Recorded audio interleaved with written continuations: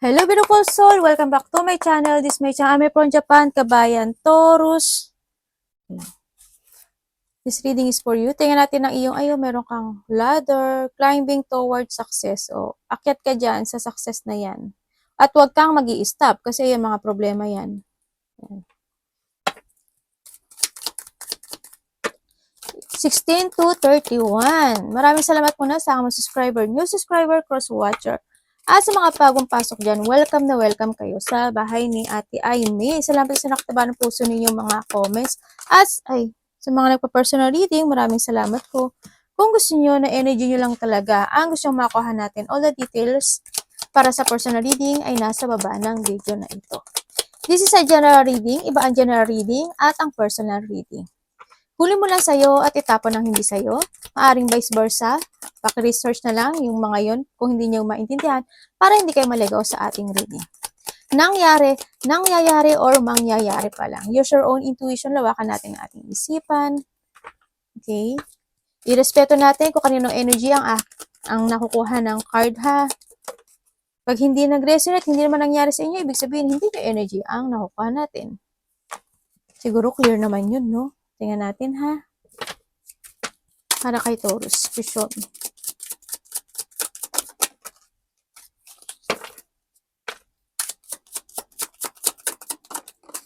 Isa pa. Tower ka, oh. Lumabas talaga siya, oh, di ba? Pinasok ko pa yan, ha. Pero, destined, kasi lumabas talaga siya. Ibig sabihin, para sa iyo yun. Kahit ipinasok ko pa siya, uli is, lumabas talaga. We have the shark. Take care or there will be a loss of material wealth. Mag-ingat ka. Tandaan mo, nakakita tayo ng tower. Mag-ingat ka lang daw. Maaring yun ay iyong makamasaktan ka. Ay, may tower. Dalawa yung tower mo. Solid foundation, success with effort. Kung gusto mo talaga ng solid foundation or to success, ingat ka. Yan, oh. Kailangan dito na magbigay ka ng effort. O kaya binibigyan mo naman yung effort mo pero kulang pa yun, ibig sabihin, di ba?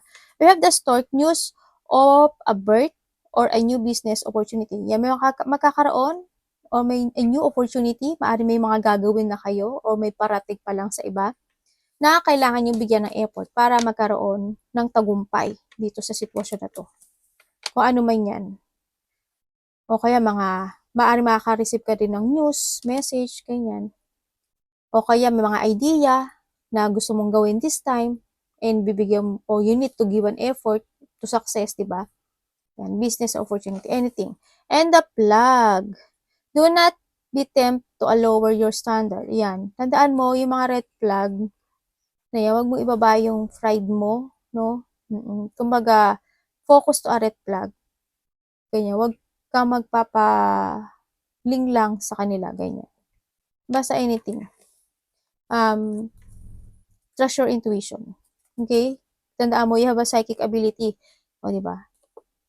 Ingat din sa eye, maaring may mga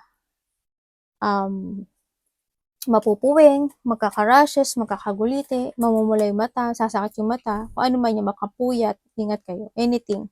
O lumalabo yung mata, ganyan. Someone is trying to come between you and friend or something you want. Maring may pumapagitan, kung ano man ito, no? Trust ka lang sa intuition mo, hindi ko alam kung good ito or this is a plug. O kaya ito to. Diba? Ingat ka pa rin. Trust ka lang sa intuition mo. Kasi yan yung gabay mo na galing, yun yung mga angels mo yan na nagbubulong sa'yo. 4. Meron tayong 4, 16, 19, paliliktad lang 21, diba? Dami mong tower. Meron ka pang mountain, may something. O, kailangan mo talaga magbigay ng effort. No? Kasi why? Meron kang mountain tsaka tower. Yung mga hinihiling mo na gusto mong ma-achieve this time, kailangan mo malagpasan. Oo, you need to focus doon at saka kailangan mo talaga manindigan this time, ano? Kasi andito ka sa tower tsaka sa mountain kasi this is a blockage. Yan, blockage yan, oo. May mga blockage, may mga sitwasyon na magkakaroon ng delay or magkakaroon ka ng challenge. Talaga, ito is a challenge. Yan, challenge yan. Iba dito is yung may delay sa ibang bagay o kaya may mga magkakaroon kayo ng limitation or limitado yung galaw o kilos nyo o yung sitwasyon nyo. Magkakaroon ka ng limitation or may blockage. May mga hihilingin ka raw sa nakita ko dito. And also, when it comes to a house, sa house is ano yan, related yan sa family, ganyan, sa relationship or anything house. Andito rin maaari magkakaroon na ng growth, ganyan, sa family mo, o kaya may mga ma-achieve, ganyan, o kaya andito rin yung sinasabi na maaring ikaw, tutulungan mo yung pamilya mo, yung mga kapatid mo, ganyan, yung mga mahal mo sa buhay. May mga pagtulong din, kuhanin mo yun sa'yo doon. No, may mga, when it comes dito, is sa house, is may mga positive happen dito, sa'yo, dito. And also, yung iba sa inyo siguro, mas gusto nyo na nasa ano kayo, sa bahay lang kayo, ganyan. Or you are the very private person. Siguro, mas relax kayo na gusto nyo, you want to be alone lang, ganyan. O mas na-relax kayo na nasa bahay lang kayo, ganyan. Yan. O kaya, handito rin yung sinasabi na, handito kasi kayo. Handito rin kayo. Kumbaga, may boundary ka sa lahat ng tao. Sa tao o sa kanino man, ganyan. Parang you put boundaries. No? Parang you put boundaries sa kanila. And then also, the achievement nga, ako nakikita dito, na maninindigan ka ata, may isang bagay na maninindigan ka para makuha mo yung bagay na yun. Either yung desire na yun or magti-take action ka. And handin din ari dito, is there's a competition, kung handito to, o na handito ito, parang magkakaroon ka ng two choices of parang competition. Competition sa family at competition sa two choices yun. Parang nandun ka sa gitna. Pagpipilian mo siya. Ganyan. Parang may blockage to do para gawin yung isang bagay sa buhay mo. May blockage. Magkakaroon ng choices. Mga challenge yan. Challenge. May taong matigas ang ulo, hindi nakikinig. Para sa pagbabago dito. Ano ba yun, anak? Yung anak ko nito. Naligo yan, ang anak ko. Yan, nandun yung mga achievement. May inspire ka raw this time. May mga gagawin ka o may mga ipaprogress ka na isang goal mo sa buhay mo. Kaso, andito sila, ang dalawa. Medyo may delay lang doon sa gagawin mo. May gagawin kang structure or desisyonan or a commitment sa iba ha. Business man yan, kaibigan man yan, karelasyon man yan, opportunity man yan, ganyan. May commitment, pero may blockage. Kaya medyo may konting delay lang naman. Ako nakikita dito. Konti lang naman siya.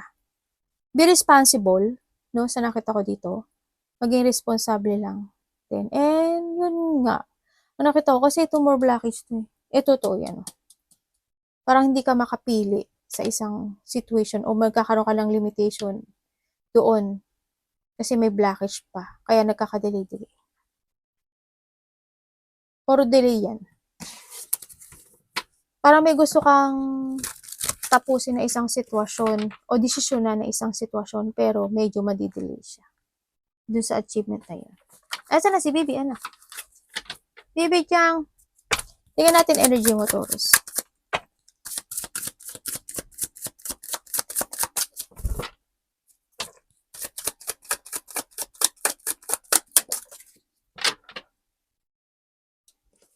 Wow. Ano mo yan. Iba sa inyo, napaka-private person yun. Pwede ko pwede niyo sabihin sa akin. Energy mo this second half.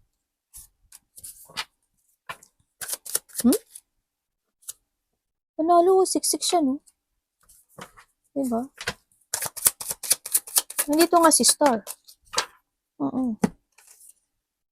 The Justice. Nandito talaga si Star. Okay, ibig sabihin, is ang energy mo this second half is to achieve your goal, no? Sa nakita ko dito. Oh, sorry. Oh, okay. Iyo. Yun de.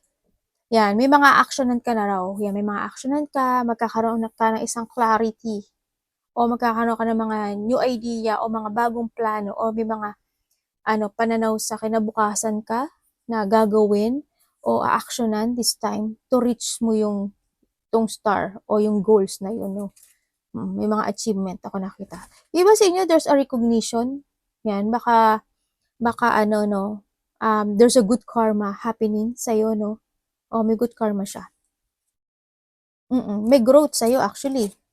Yes, may bagong simula. Baka iba sa inyo is magkakaroon na ka ng level up when it comes sa work mo, ganyan. Baka magiging leader ka na, may hawakan ka na na isang place, ganyan. O kaya, iba sa inyo is magkakaroon na kayo ng clarity, what goal yung inyong gustong i-achieve ngayon this time, ganyan. Magkakaroon na ng mga success, victory and success, ganyan. Iba dito, maraming makakakilala sa'yo, maaring artista ka, and then this time ano ka, ano to? Magbabago yung cycle ng buhay mo. Ganyan. Basta yun, nasa kayo, mga nasa YouTube channel kayo, nasa TikTok, Reels, Facebook, ganyan. In a publics. Yan, nasa public kayo. Siguro yung iba is kayo, basta marami siyang tao eh. May mga audience, sa iba may mga audience, baka networking, o kaya sa government, o kaya o kaya nasa public ka kayo, nasa law kayo, o kaya basta marami siyang tao. At maraming makaka-recognize sa'yo actually. Ang daming tao, hindi ko alam kung why, siguro recognition to. Maraming tao. Kasi biglang magbabago daw yung cycle ng buhay mo, tingnan mo, Wheel of Fortune. Diba? O kaya ngayon, yung iba sa inyo is, kasi ayan saan ito si magbabago kasi magkakaroon na daw ng growth sa'yo, dyan si Magician, diba? In the star. Kumaga, meron kayo sa iba sa inyo, meron kayo isang ginagawang isang bagay noon pa lang, matagal na, pero ngayon, nyo pa lang siya ma-achieve. Ganun. Kung iba naman, magkakaroon na kayo ng clarity kung ano yung mga action nyo this time, ganyan. Kung ano yung mga gusto mo i-achieve this time. May mga didesisyonan ka na. Ganyan. May mga malalaman ka na katotohanan na ito ang pupukusan ko ngayon, ito yung actionan ko ngayon, ito yung i-achieve ko ngayon. Ganyan. Kumbaga, dito na rin yung pagbabalik sa iba sa inyo ng, kuhanin mo lang sa'yo yung strength mo, yung confidence mo, ganyan. May mga, sandali baka may manalo sa inyo, no? Try nyo baka may manalo. Hindi man siya ganun kalaki, pero sa tingin ko may mananalo. May, nagpasugal no? Pero nasa sa inyo, trust your intuition. Tingnan natin ang parating kay Taurus.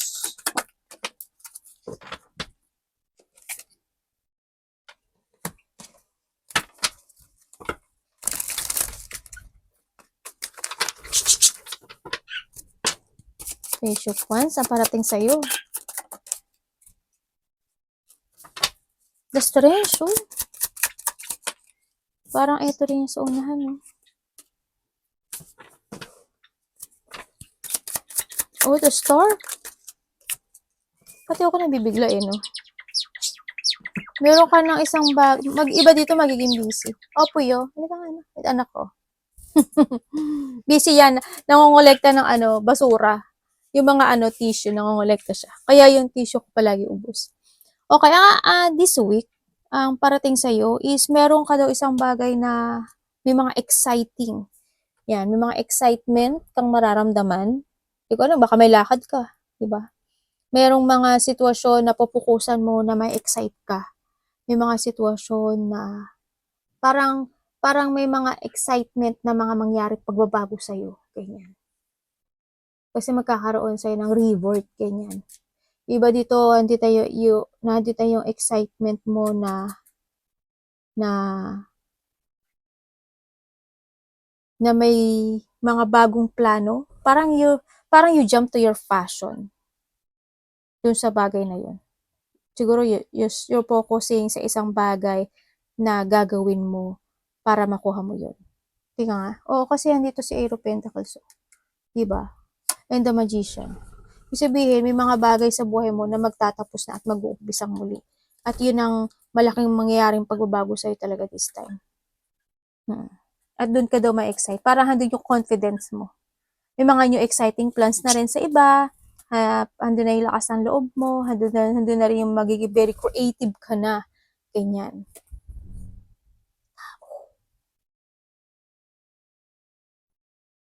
Iba naman sa inyo, siguro may mga actions kayong gagawin. Tingnan nga natin. Nasaan na si Bibi? Hello, bakit po?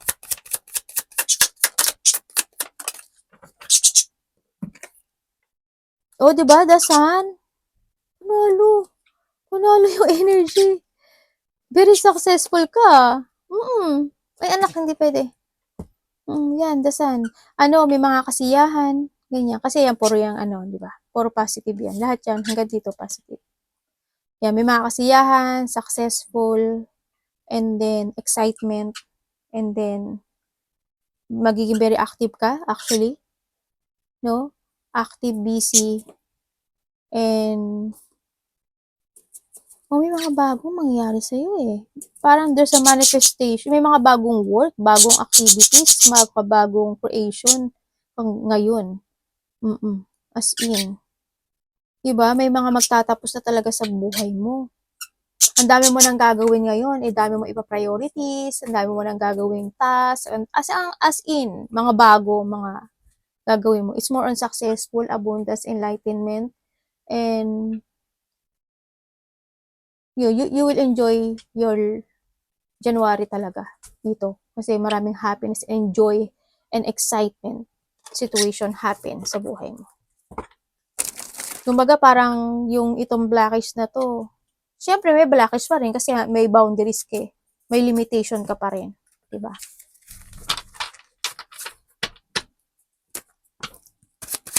Meron ka nga kasi yan. Diba may 10 of cups ka oh. Parang ang ano mo is pagbabagong muli ng iyong buhay. Malaki mong gabago sa buhay mo. Dapat iwasan ni Taurus. Ayan o, 7 of Pentacles daw iwasan. Yan natin. Bakit po?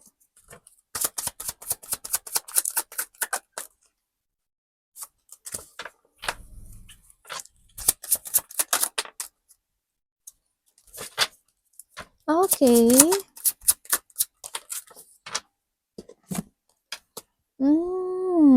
Ang iwasan mo daw is yung magsayang ka ng oras at panahon at pagkakataon. Kumbaga, ang dami na nangyayari sa yung pagkakataon at pagbabago. Tapos hindi mo naman papasukan yun or hindi mo gagawin. Iwasan mo daw yung mapanghinaan ng loob sa mga bagay-bagay, no, na mga mangyayari sa buhay mo. And then also, is iwasan mo rin yung ma-stuck ka sa isang bagay na hindi naman din makakagot sa'yo. Kumbaga, huwag kang magsaya ng oras, ng panahon, ng pagkakataon. Ganyan. Manindigan ka, sinasabi dito. Kasi may mga bagay doon na sitwasyon na umiwas ka rin sa isang sitwasyon na pwede kang ma-drain or ma-burn out. Ganyan. Tapos, yung iba kasi sa inyo, dito kayo sa sitwasyon na parang pepekein nyo yung happiness nyo. Ganyan. Tapos may mga bagay kayo na parang ayoko na. Parang you want to quit to something. Ganyan. May mga, kuhanin mo lang yung sa'yo dito, no? Yan. Magkakaroon ka ng exhaustion. Ganyan. And then, iwasan mo rin yung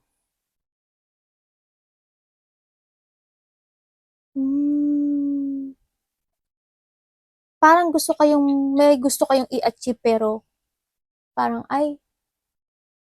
siguro hindi pa ngayon yung time. Parang ganun, magaganon ka. Yun, iwasan mo yun. Kasi, may mga bagay na maaring hindi mo kayang i-let go. May mga bagay na hindi mo kayang mag-escape o hindi mo kayang i-withdraw sa buhay mo. Iwasan mo yun. Kung kailangan i-let go, i-withdraw, o alibalis ka doon, o something na para mag-new path ka, mas maganda yun. Kailangan mo manindigan. Ganyan. Huwag mong sayangin yung oras, panahon, at pagkakataon mo sa buhay. Diba? Finish the unfinished. Kung may mga sitwasyon na hindi maganda sa'yo, i-let go mo yun, hinakailangan. Huwag ka magpa-stagnant doon sa sitwasyon na yun. And andito rin yung may mga sitwasyon doon na hindi ka makakapag-desisyon kasi. Halimbawa, baka hindi nyo kasi example ko halimbawa, okay, this time, try ko na mag-ipon ng pera. Ganyan. Pero, hindi rin ako makakaipon. Tsaka na lang. Sa next sahod ko na lang. Mga ganun. O kaya, may relasyon ako na gusto ko na talaga siyang kalimutan, pero hindi pa ako baka makapag-move on pala. Ganyan. Hindi ko pa siya kayang i-let go. Maghihintay pa ako ng tamang panahon. Baka sakali. Diba? Maging kami na talaga. Ganyan. Yung mga ganun. O kaya anything. Halimbawa, may addiction ako. Inom ng kape. Halimbawa. Pero bawal naman talaga. Nasusobrahan ako ng kape. Kasi hindi naman maganda sa katawan yung madami na inom na kape, diba? Pero gusto ko na i-let go yun. Halimbawa. Pero hindi ko pala kaya. anything na na dapat mo i-let go. Example na yun Kuhanin mo kung saan ka dun. Tingnan natin ang love. Love is sa lahat. Kasi maaring ito yun yung nagiging blockage mo, the tower and the blockage. Kaya nagkakaroon gano'n. Kaya nagkakaroon basta ng tower din dito. Tatlo na yung tower mo, diba? Kasi kanina nagkaroon din ng tower Love is sa lahat, kapatid, anak, magulang, karelasyon, kasamaan sa trabaho. Ay, damon talaga ang love.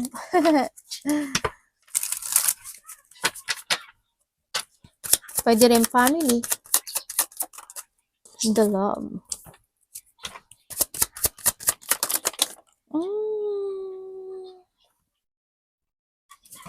Okay, when it comes to a love, andito kasi sitwasyon mo na yes, may mga iniilusyon ka, ganyan. Merong mga sitwasyon na iniisip mo, ganyan. May mga sitwasyon na maaring hindi ka pa totally nakaka-move on, Kasi you need pa, no? Kung nagkaroon man ng separation o wala ka man ngayon, pero hindi yung pag-aasam na yung need mo ng karelasyon o nag-iilusyon ka na gusto mo ganito, pero natatakot ka. Alam mo yun?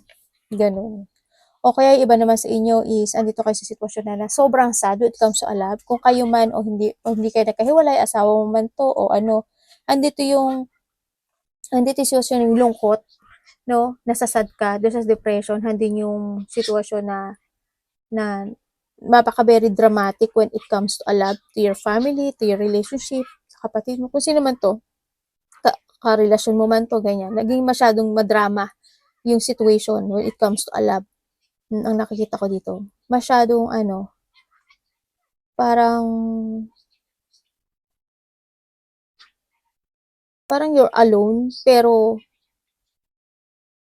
hindi ka makapag-crossover, makapag-crossroad sa ibang path kasi maaring hindi mo alam kung dapat mo nang mag-let go o dapat mo na bang tumahak ng ibang path kasi maaring nandun yung takot mo, fear to choose a path, ganyan.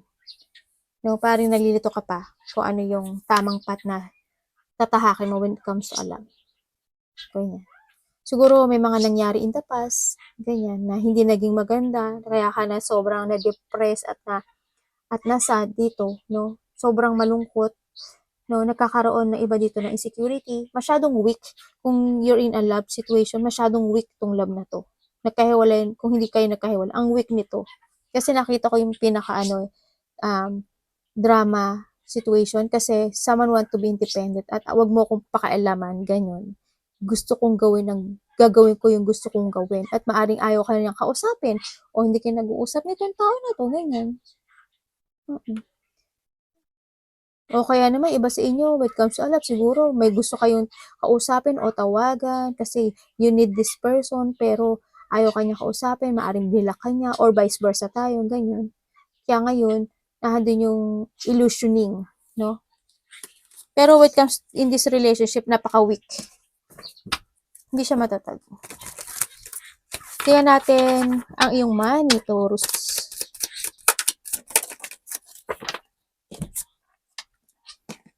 The King of Swords. Ano po? Ano po?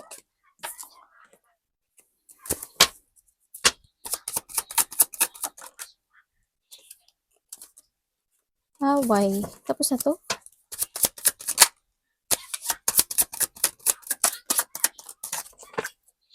Parang may naging malungkot na relationship tsaka ano, no? Family. No? Kasi why? May taong very cold.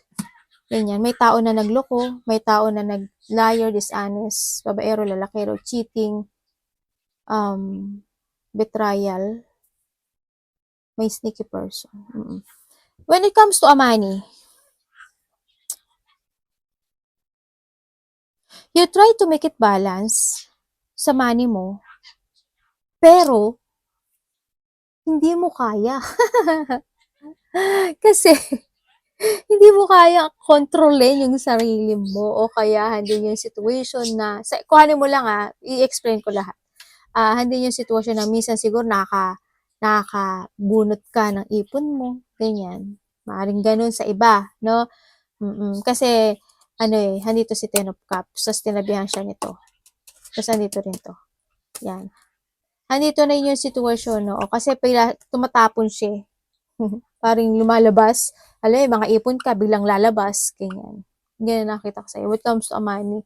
O kaya naman yung iba sa inyo is, tinatry mo kasi balansehin. Kumbaga, dito na ngayon nagpapakawais ka na nga when it comes to money, pero wala pa rin eh. Oo. Kumbaga na doon ka pa rin sa sitwasyon na mismo ikaw na rin yung nandadaya sa sarili mo. Ay, nako, hihiramin ko muna tong ipon ko. Halimbawa lang tapos sa next sahod ko na lang ipapatong. Tapos, pero hindi naman. Hindi mo magagawa. O kaya naman yung iba sa inyo, pero kasi tumatapon siya eh. Oo, tumatapon siya. Hindi ko naman sinasabi na masyado kayo magastos kasi hindi naman pero tumatapon yung money mo. Tumatapon siya. Bigla siyang may pagkakagastusan. Ganun. Hindi ko pa nakikita yung totally growth. Ganyan. Maring biglang lumalabas siya. Anak baba.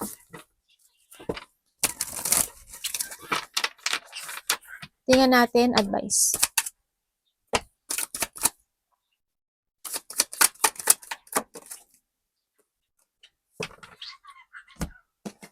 Advice is 10 of Wands.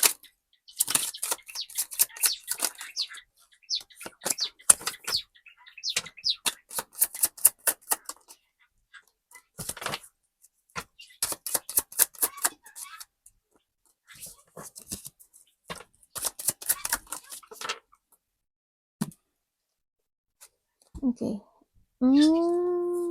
Okay, ang advice sa'yo is think to reminisce, alalahanin mo daw yung mga sitwasyon. Oo, alalahanin mo daw yung mga sitwasyon mo sa nakaraan. And then,